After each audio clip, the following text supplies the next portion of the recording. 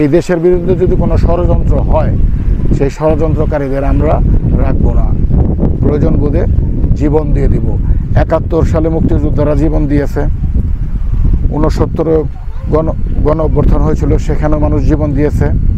সালাম, রফিক, জব্বার ভাষার জন্য জীবন দিয়েছে।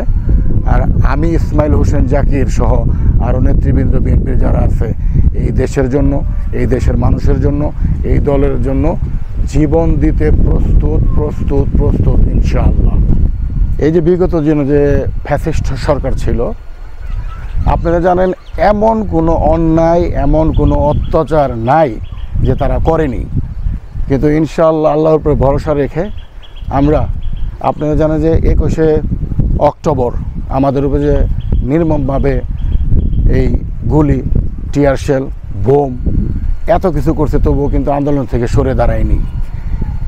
এর আগে আপনারা জানেন যে এই ঢাকাতে গোলাপবাগ মাঠে সেখানে আমাদের একটি প্রোগ্রাম ছিল, সেটাকে বানচাল করার জন্য কত প্রচেষ্টা করেছে।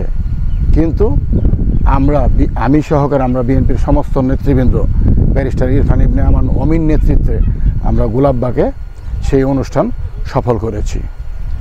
এবং তারপরে এই আমিনবাজার রুটে আপনারা দেখেছেন যে কেরানীগঞ্জের মামাটির মানুষের নেতা আলহাজ আমানুল্লাহ আমানের নেতৃত্বে আমিনবাজারে যখন আমরা আন্দোলন সংগ্রাম করি, যেখানে আমাদের নেতাকর্মীদের পিটিয়ে এবং অনেকে মেরেও ফেলেছে, সেখানে জানেন যে আমানুল্লাহ আমান সাহেবকে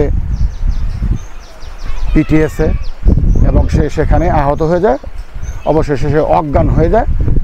তখন এই ফ্যাসিস্ট পুলিশই তাকে ওই অবস্থায় ধরে নিয়ে আপনি মেডিকেল নিয়ে যায়, সেখানে চলে যায়। আমি সাংগঠনিক সম্পাদক হওয়ার পরে আমার জীবনটাকে বাজিয়ে রাখছি। আমার ফ্যামিলির অবস্থা খুব খারাপ ছিল। আর আপনারা জানেন যে আমার মিথ্যা মামলা অনেকগুলো হয়েছে।